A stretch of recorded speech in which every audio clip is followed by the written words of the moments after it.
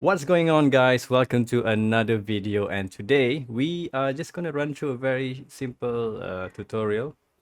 This is actually to answer to one of your comments that I found in this comment section the other day, asking on how to actually highlight any duplicates in the table. So with that, let's check it out.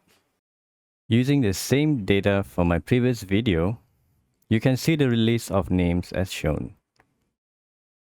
Now, what we want to do is basically highlight the names that repeats more than once. To start off, we need to set some format rules in the app, which you want to find it within the View or UX section. In my case, it's format rules.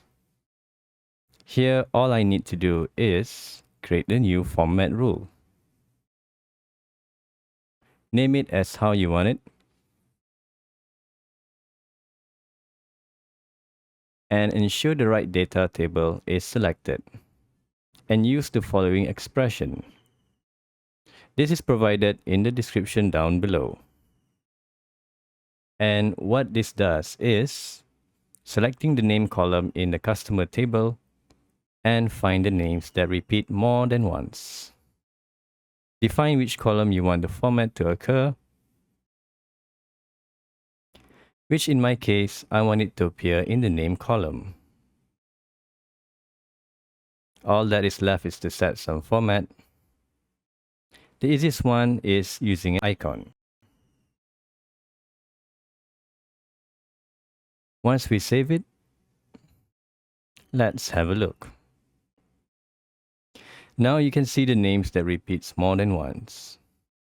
Comes with an icon on the left.